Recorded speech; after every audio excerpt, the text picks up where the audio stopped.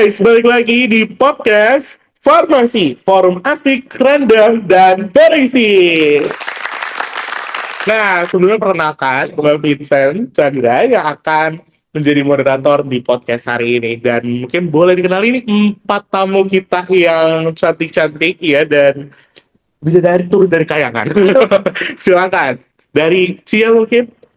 Halo semua, perkenalkan aku Felicia Poli. Aku Nadia Karisa. Aku Abigail. Dan aku Helena yang tersanti. Oke. Terima kasih nih teman-teman semua. Nah, kita mau lanjut nih ya. Bahwa podcast ini, tenang aja, pasti podcastnya kelihatannya random, tapi tenang aja, isinya aman buat dibahas. Nah ini random tapi ada maknanya ya. Bukan Betul. gitu kok. Betul banget. Tapi kalau random kehidupan itu nasib Len. Aduh. Kalau podcast random tapi berisi baru itu pilihan. Nah, gokil nih. Nah, hari ini kita mau bahas topik yang emang kelihatannya sih agak berat kayak hidup ya. Aduh, Tapi tenang aja gitu ya. Kita bakal bawainnya santai tapi tetap informatif nih. Kita bakal ngomongin film yang tahun lalu atau tahun ini gitu ya, yang sudah tayang di aplikasi yang kita nggak di-endorse gitu. Jadi kita need kan. Dan tentang film ini tuh sangat, menurut gue sendiri, luar biasa memberikan informasi dan insight-insight baru, yaitu film A Normal Woman nih. Tentunya aja kita kaitin sama isu gender diversity, gays problem, inclusivity, dan child issue di pop culture Asia Tenggara. Ini topiknya sih agak berat ya, tapi pastinya ini akan relate sama kita semua ya. Betul banget. Yang lebih relate lagi, kalau kita tuh denger orang-orang pada bilang kayak, kamu tuh kurang bersyukur. Sorry, aduh. curhat ya. Curhat ya.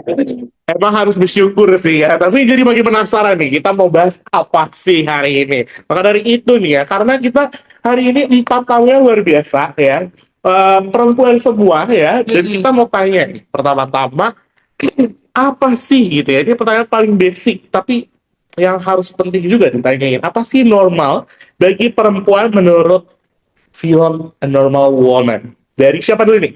Jadi aku dulu boleh kali ya. Boleh. Jadi kalau menurutku di film ini tuh menceritakan sosok yang namanya Mila gitu. Jadi perempuan yang dianggap normal di masyarakat gitu, karena dia tuh bisa memenuhi ekspektasi sosial. Contohnya dia tuh menikah, terus dia juga jadi istri yang penurut, terus dia juga punya anak, jadi ibu yang sempurna, terus emosinya dia stabil, dan juga dia tuh selalu rapi untuk tampil di depan publik. Itu sih. Oke. Gimana? Kayak aku kurang sih. Mau ada yang disampaikan? Boleh. Karena kalau aku lihat ya, masalahnya itu standar normal di si Milanya sendiri itu bukan datang dari dia sendiri. Oh, oke. Jadi standar normal yang dia punya itu dia dapat dari lingkungannya. Oh. Kayak misalnya keluarganya, mertua, sama lingkungan elit keluarganya mertuanya itu. Ya, dan standar mengeringkan dari keluarganya itu sangat membebankan Mila banget. Nah, iya. Dan kalau si karakter perempuannya ini alias si Mila ngerasa capek dan burn out, langsung dicap kamu perempuan tidak tahu untung, tidak bersyukur, perempuan drama.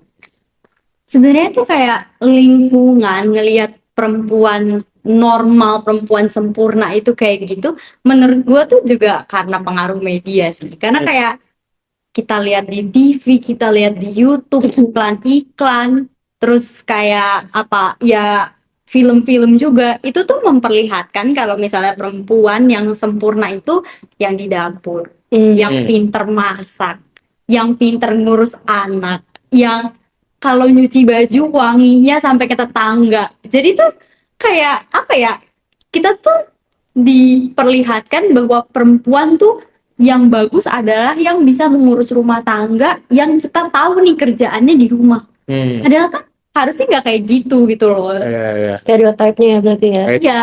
Itu kan balik lagi ya, karena adanya dari awal dari orang tua kita, bahkan orang tuanya orang tua kita gitu ya, dan generasi-generasi di atasnya lagi, itu kan karena ada stereotip dan standar normalnya wanita ya kayak begitu gitu kan. Balik lagi, bukan hanya wanita, bahkan juga kan sekarang balik lagi tadi yang El bilang gitu ya, media juga mempengaruhi standar-standar lainnya gitu kan ya. Misalnya dalam pacarannya ada standar TikTok lah segala macam gitu kan, banyak hal lainnya gitu kan. Tapi bahkan juga sampai dia bilang gitu kan, ya kita di Asia gitu, khususnya di Indonesia, dibilang bahwa kayak ngapain sih wanita ya ngejar karir sampai ke pendidikan tinggi, ya udah yang penting standarnya wanita tuh bisa masak gitu kan, Di bisa dapur, ngurus di rumah. ya bisa ngurus anak, ya udah itu udah cukup gitu kan. Toh kenapa kalau misalnya bisa lebih, kenapa enggak gitu kan? Capek nggak sih hidup pakai standar terus? Capek. Oke, nah, tapi secara teori, jujur ini tuh nyambung banget ya guys, sama visual culture dan representation, di mana media pop culture Asia Tenggara ini sering nampilin gitu ya, keluarga yang sempurna gitu. Sempurna itu harus tanda petik ya, sempurna gitu ya, sebagai standar hidup yang harus dicapai, sama kayak film ini. Sempurna di luar, tapi kita nggak Dalamnya- tahu di dalamnya kayak gimana gitu ya. Kita mau lanjut lagi nih ya, tapi dari film ini gitu ya dilihat juga gitu ya bahwa dari main karakter ini, yaitu Mila gitu ya, sebagai ibu, sebagai istri juga, sebagai pasangan gitu ya, dia mengalami yang namanya penderitaan psikologis gitu ya. Nah, ini itu dimunculkan lewat penyakit fisik gitu ya. Kenapa ya? Apakah ada pesan khusus gitu kan dari ya sutradara pengen buat gitu? Tapi yang membingungkan adalah kenapa nggak cukup dengan ya udah nunjukin rasa lagi sakit batin aja gitu. Nah, gimana nih? Mungkin dari Elena terus nanti gantian gitu ya. Boleh. Jadi kalau misalnya dari aku sendiri sih ngerasa kalau misalnya di budaya kita, khususnya di Indonesia itu, seringkali tuh perempuan itu baru terlihat valid kalau dia sakit itu kalau misalnya sakitnya tuh kelihatan gitu. Jadi kalau misalnya dia melahirkan itu baru kelihatan tuh sakit karena dia udah mengandung terus mau ngeluarin anak, nah itu baru kelihatan sakit. Nah sementara kalau misalnya nggak kelihatan, kalau misalnya kayak penyakit mental gitu tuh baru itu tuh nggak dianggap valid gitu karena nggak kelihatan bentuknya sakitnya kayak gimana sih gitu sih, kayak kalau udah mampu melahirkan itu baru kelihatan sakit gitu loh. Berarti ya harus kelihatan dulu sakit fisiknya ya. Oke, tapi kalau misalkan sakit tapi tak berdarah, wah itu Wah, oke. beda lagi ya. Oke, nah kalau misalnya dari El sendiri gimana nih El? Di film ini gitu tentang sakit tadi kan. Kalau film ini iya sih bener katanya Helena, kayak memperlihatkan gimana perempuan itu emang kalau sakit harus yang kelihatan gitu, karena kadang sakit hati tuh nggak sepenting itu sebenarnya dari orang. Jadi kayaknya jangan Ya udah emosinya kalau bener-bener lagi dari hati banget. dalam pengalaman dikit nih, nggak tahu kata yang mana. Kalau lanjutin Kak, ini kita lagi mau insightful kan. Nah, jadi kalau sebenarnya film ini tuh bener-bener ngeliatin dari sisi perempuan, dari sisi pemeran utamanya Mila sebagai seorang ibu, sebagai perempuan gimana di sosialnya. Jadi tuh bisa banget kita tuh tahu kalau film ini dilihatnya dari female gaze, karena kayak ya pokoknya semuanya itu tentang Mila gimana, perasaannya gimana, kayak gitu. Jadi kita bener-bener tahu gitu dari female gaze ini. Oke, udah. Selain female gaze, aku mau nambahin ada yang namanya social gaze, di mana pandangan masyarakat yang terus mengawasi perempuan, mau tuh perempuan yang masih single, perempuan yang sudah menikah ataupun fokus karir. Maksudnya di sini itu, maka masyarakat ada standarnya.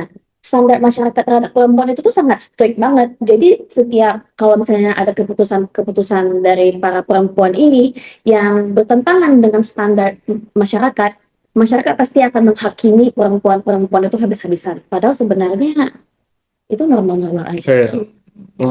Kalau dari Nadia gimana? Kalau menurut aku pribadi sih, film ini tuh beneran ngekritik budaya kita yang kalau sakit mental tuh kalau kita nggak liatin ya udah biarin aja. Kayak yang tadi Helena sama El bilang tuh, kita itu hanya percaya pada sakit yang kasat mata yang bisa kita lihat doang.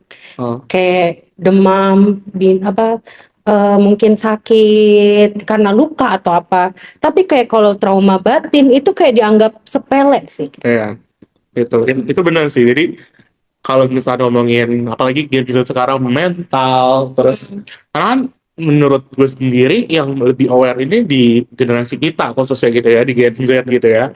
Eh, tentang mental, tentang trauma. Tapi kalau kita ngomongin ke generasi-generasi di atas kita gitu ya, mereka pasti yang kayak itu apaan gitu ya, sakit apa gitu ya. Karena mereka ya udah mereka baru tahu, mereka baru percaya kalau misalnya sakit itu ya memang kelihatan secara fisik gitu ya. Nah terus juga tadi yang Sia juga bilang gitu kan tentang ada apa perempuan itu selalu diawasi gitu kan, ya benar gitu kan, karena kayak misalnya perempuan yang misalkan dia pengen fokus karir gitu kan, dia nggak mau nikah dulu, ntar malah dibilangnya kok kenapa emang gak ada cowok yang mau deketin gitu, Egois. sekasian itu kah gitu kan. Terus ya kan kalau misalkan terus taruh udah berkeluarga, finansialnya nggak bagus, ntar malah dibilang juga ya kenapa nggak fokus karir dulu, emang serba salah gitu ya. Apalagi kalau lagi di pesta tiba-tiba ada tante-tante yang ada datengin kita. Betul. Nah, Habis ada pacar Arisan, aduh. aduh, pacar nikahnya kamu.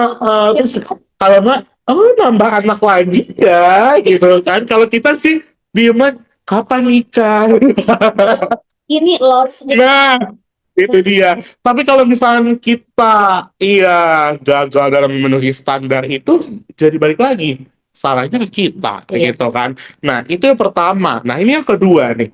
Bahkan dari main karakter Mila sendiri di film ini gitu ya, dia udah banyak banget yang dilakuin loh ya kan. Ya seperti ibu-ibu rumah tangga layaknya gitu kan, ya mama-mama kita semuanya gitu kan, semuanya udah dilakuin gitu kan. Bahkan dia juga berperan sebagai istri gitu kan, orang tua gitu kan, dan menantu gitu ya. Tiga peran itu gitu yang harus dia emban. Tapi gitu ya, Mila ini juga tetap sering dituduh gitu ya, dengan tuduhannya nggak bisa ngejalanin peran sebagai istri yang baik. Kalau gue dari Mila sih gue dari post galau semua di TikTok ya. Iya kan? Nah, ini kayak sebenarnya tuh bentuk apa sih gitu? Coba mungkin dari sayap kiri dulu. Gimana nih? Sia, kira-kira. Gimana? Udah ada jawaban atau kita mau lempar dulu? Kayaknya perlu dilempar. Oke, oke, oke. Kalau oke. Di call coba Oke. boleh ditunjuk. Boleh dipilih. Arisan kali ya dipilih. Boleh atau mau dari ya udah deh sebelahnya aja deh ya. Iya. Nah, gimana Nat? Kalau menurut aku sendiri ya, Hmm. dari film itu merupakan salah satu contoh dari gaslight sosial. Oh. Gaslighting sosial. Gaslighting sosial, berarti gaslighting bukan cuma Di pacaran doang ya. jadi gaslighting ya teman-teman bukan gas LPG ya. Buat masak. Itu bukan masak ya. Tapi gaslighting juga bisa bikin panas ya. Iya. Gitu. Tapi gimana tuh Nat kalau penjelasan bilangnya kan Nat?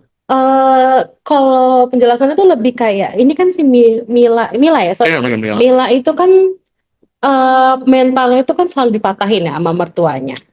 Kayak apapun kejadiannya salah dia gitu kan.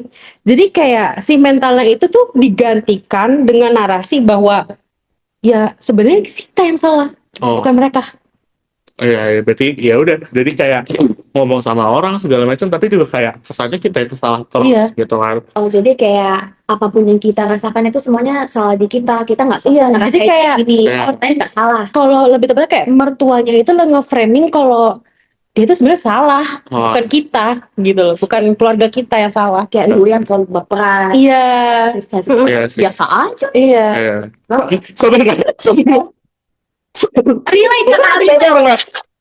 Sabar ya. Sabar ya. Oke. Nah, mungkin dari Kak Helena dulu, karena di sini udah agak pemanas sih Kak.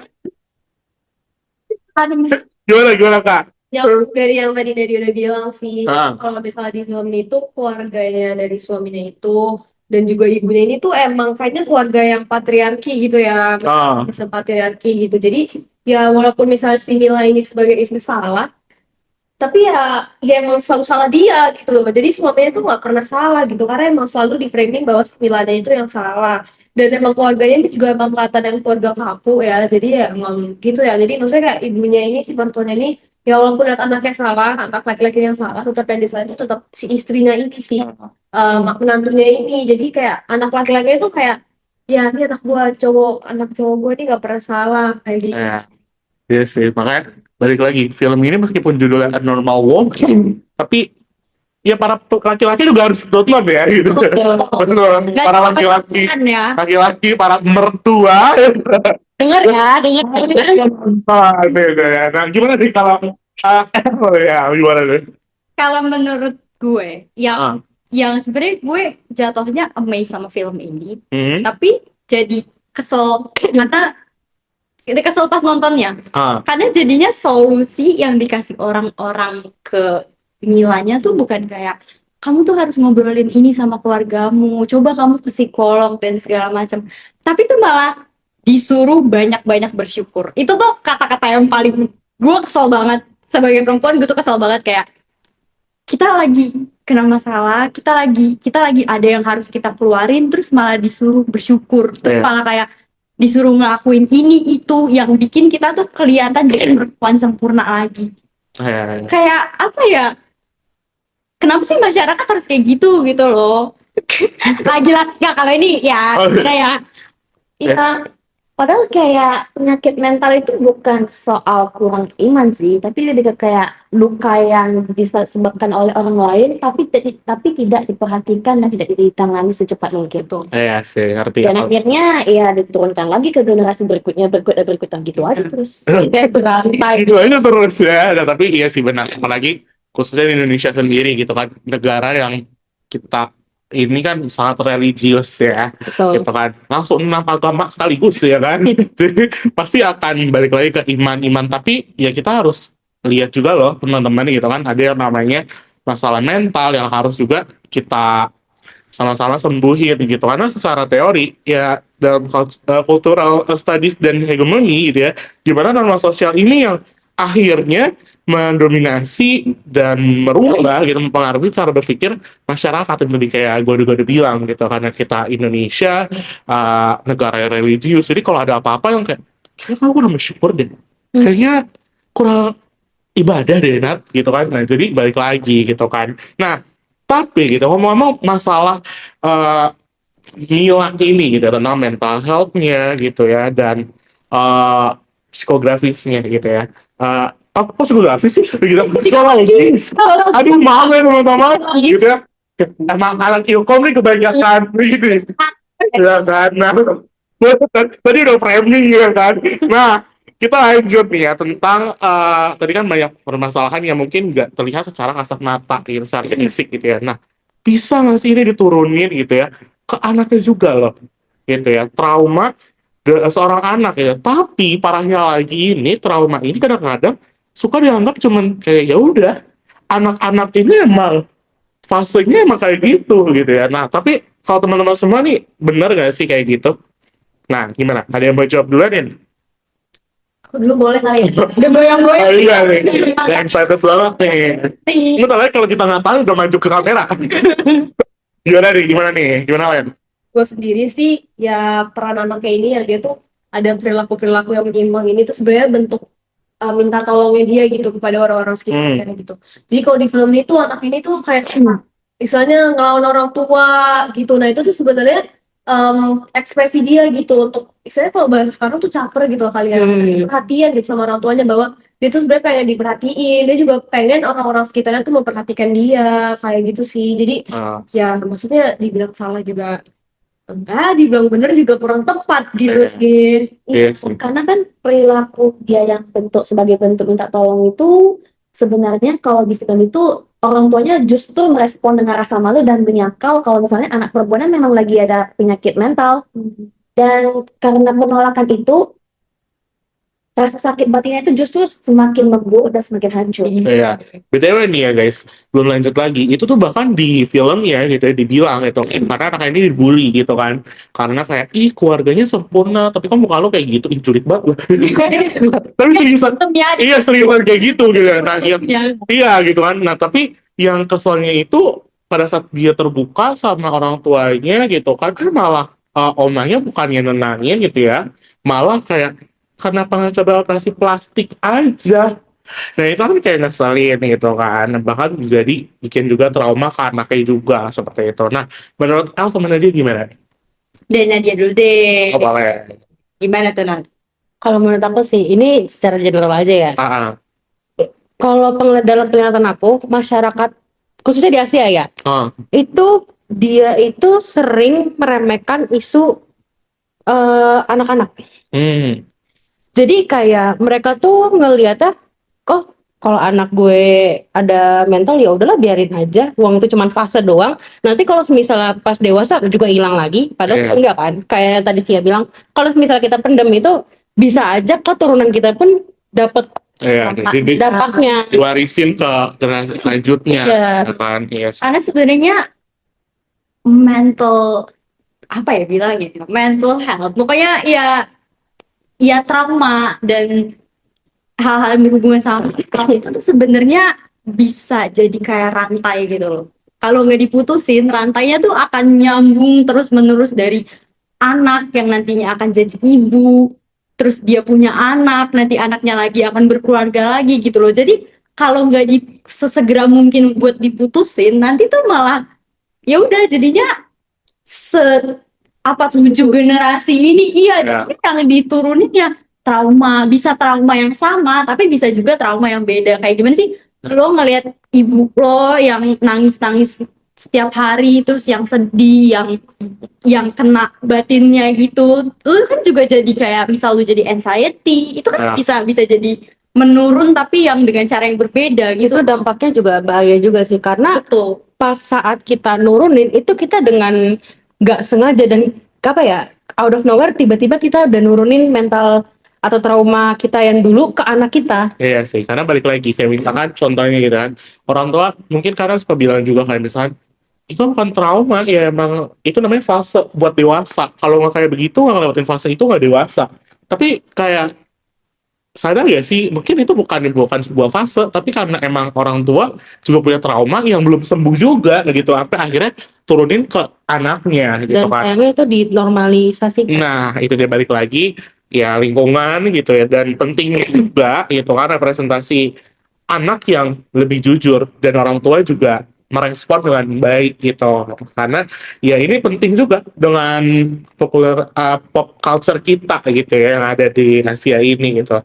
Nah, balik lagi tentang film ini, suatu hal yang menurut gue gebrakan yang luar biasa dan genrenya itu jarang ada gitu ya, dan jarang ada yang ngebahas kayak gini gitu kan.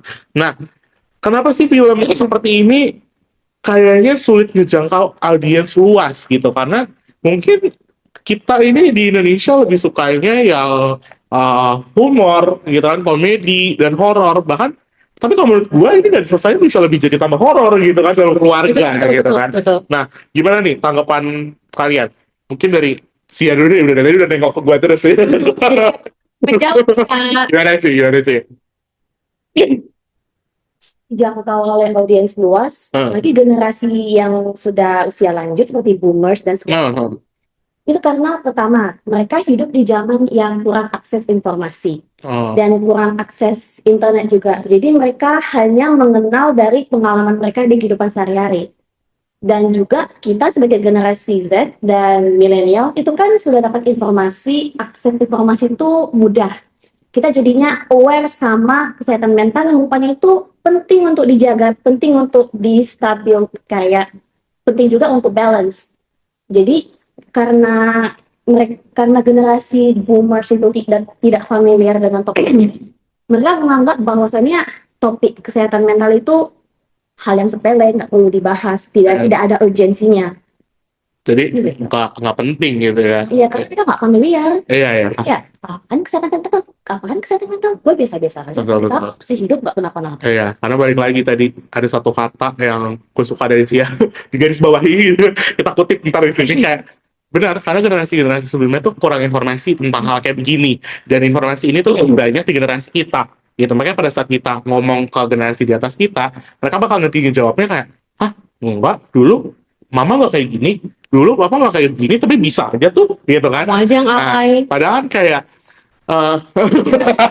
padahal kan maksudnya informasi ini toh ternyata baru ada dan baru dikaji ternyata pas generasi kita gitu. Nah, lanjut lagi deh, gimana nih tentang pertanyaan tadi, kenapa sih sulitnya jangkau audiens luas gitu? Kalau menurut gue, balik lagi kita melihat di negara kita tercinta ini. Indonesia. Sayangnya, target pasar di Indonesia tuh masih cari film-film yang ringan. Sebenarnya agak nggak ngerti juga. Mungkin hidup di Indonesia berat banget gitu ya. Jadi Kan udah jadi WNI. betul, betul. Ya. Jadi Alihan gitu lah, yuk. pilihannya di surga. Kita lagi podcast Warwasi ya teman-teman ya. Enggak. Jadi kayak apa ya? Orang Indonesia tuh nyari hiburannya itu yang humor, yang lucu-lucu. Karena kan kita kadang kalau capek juga, jujur ini film kelihatannya mikir gitu kan. Dari ngelihat sinopsisnya aja tuh udah kayak aduh, terus ngeliat trailernya tuh kayak aduh gitu kan. Jadi kayak apa ya? Nggak enak lah untuk jadi film hiburan gitu loh, yang nggak sesuai sama pasar Indonesia aja sih. Pengennya kayak nonton terus udah relax gitu ya. Iya. Soalnya kan ngebahas tentang gender diversity, juga tentang kesehatan mental gitu ya. Jadi tuh kayaknya ya masyarakat sekarang tuh udah ngalamin itu. Jadi dia buat apa? Buat dia tuh nonton hal-hal tuh yang berat gitu, yang biasanya dia sehari-hari dia tuh suka alamin kayak gitu. Iya Ya, sih. masih topiknya masih terlalu berat untuk diterima saat-saat ini di Iya. dalam kondisi yang Itu juga disayangkan juga sih. Padahal kan topik ini tuh kayak penting banget ya. Dan itu lebih tepatnya itu juga bagian dari kehidupan kita. Jadi bukan hanya penyimpangan cerita belakang kayak cuman dibuat-buat doang. Padahal itu kayak ada story yang bisa kita ambil di kehidupan kita. Setuju. Film ini kan bisa kita jadikan sebagai ruang refleksi. Kita sebagai gen milenial atau Gen Z kan sudah paham tentang, bukan sudah paham, Pak. Sudah aware tentang pentingnya kesehatan mental. Kita bisa jadikan ini sebagai bahan diskusi untuk belajar lebih dalam lagi tentang pentingnya untuk menjaga keseimbangan kesehatan mental supaya kita bisa memutuskan traumatik kita ke generasi berikutnya. Iya. Cukup berhenti di kita aja gitu loh. Karena di film ini bener-bener hal yang nyata. Betul. Ya, yang dikasih lihat tuh bener-bener hal yang nyata yang memang terjadi. Mungkin memang nggak terjadi sama semua perempuan ya, tapi Iya. ada yang kayak gitu sebenarnya. Ah, Jadi sangat disayangkan banget kalau misalnya ini jangkauan audiensnya tuh masih dikit gitu. ya, ya kita berdoa siapa tahu suatu saat gitu ya, mungkin bisa ditambahin ada genre komedinya dikit Ya. gitu. Nah, nah itu dia nih. Nah, sebagai closing penutup nih teman-teman semua, ada nggak sih menurut kalian kayaknya pop culture kita nih seharusnya kayak gimana sih ke depannya gitu, khususnya di Indonesia, di Asia itu tuh harusnya gimana sih gitu. Mungkin dari siapa dulu? Mungkin dari siapa? Nadia, Helena, gimana? Oh ya udah, mungkin dari aku dulu ya. Atau mau sweet dulu? Kalau kita speed, Boleh mungkin dari aku dulu kan. boleh, gimana tuh? Kalau menurut aku lebih ditonjolkan dari sisi berani untuk validasinya sih. Lebih tepatnya kayak kalau di film ini harus berani ngevalidasin trauma kita Nah, tanpa harus ada eksploitasinya. Jadi kayak benar harus ada penyegahnya harus kayak gimana gitu loh. oke. Tapi ya jangan eksploitasi. Iya. Oke. Nah, gimana kalau misalkan dari Helena gimana nih? Ini meni kelihatan ya nih. kalau saya dari aku saya ada 2 poin ya. Jadi yang satu tuh harus lebih jujur dan harus lebih manusiawi gitu. Lebih jujur tuh gimana kayak ya kita kan sesama manusia gitu kan. Misalnya kita lagi ada perasaan apa nggak enak, ya kita ngomong aja secara jujur perasaan kita tuh kayak gini. Kalau lama-lama dipendam kan akhirnya capek di kita juga kalau misalnya orang lain tuh nggak mau dengerin kita. Dan khususnya dalam film ini tuh hubungan antara mertua dan menantunya juga ya, misalnya bisa saling, mertuanya sih lebih ke mertuanya mungkin harus lebih bisa memanusiakan manusia gitu, walaupun ini istilahnya statusnya ini menantu lu, tapi kan tetap aja kan di sini sebagai sesama manusia kan ya nggak ada yang jadi presiden juga kan di antara kedua ini, jadi istilahnya harus tetap saling sopan, terus juga saling menghargai satu sama lain sih, supaya istilahnya tidak, masalahnya tuh tidak berkepanjangan dan gak jadi merusak satu keluarga juga sih kayak gitu sih kalau aku. Betul, balik lagi karena komunikasi kan dua arah ya. Betul. Kalau satu arah itu jalan ke puncak. One way gitu. Masa kita balik lagi, makanya tadi beneran Helena bilang yang namanya diskusi, komunikasi gitu kan gak ada yang, maksudnya sama-sama kita bangun, gak ada yang menang gitu kan. Kalau menang tuh debat cawapres. Udah lewat kali. Oke. Nah, lanjut lagi mungkin dari El atau Sia? Gue dulu deh. Ya, Kalau dari gue sebenarnya gue tuh kepengen banget kalau pop culture kita itu diarahin buat tempat ruang diskusi.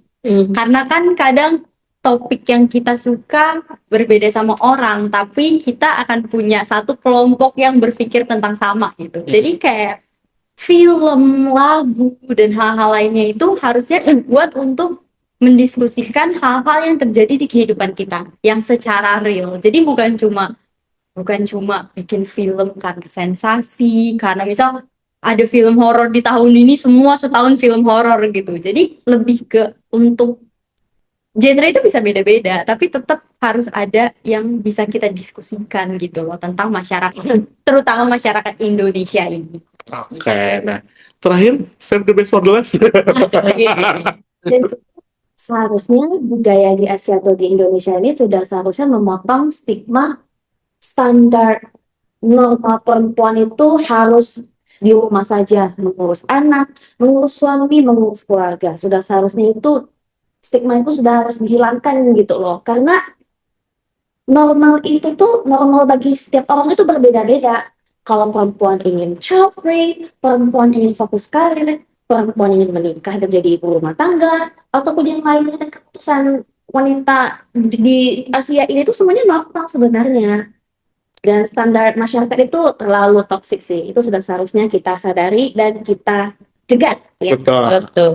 betul. Baik lagi kayak tadi, standar kan beragam. Ya. Betul. Bahkan standar motor aja juga beragam. Tapi motor aja Ya. beda-beda ya. Nah, beda-beda ya teman-teman. Jadi balik lagi gitu. Bahwa normal itu beragam gitu. Jadi nggak harus satu standar buat semuanya. Itu lebih ke kalau disamain peraturan. Nah, itu dia kan. Nah, makanya dari itu kiranya ya teman-teman, karena kita udah di penghujung podcast kita hari ini ya. Semoga dari podcast pembahasan kita tentang mau salah menyebut new normal.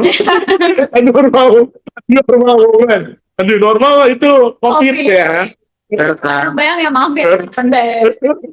Ada Raw Woman ya dari film ini kita dapat banyak insight baru dan juga pencerahan-pencerahan yang baru buat kita semua gitu ya.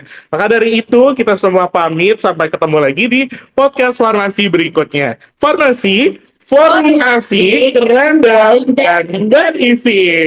Dah.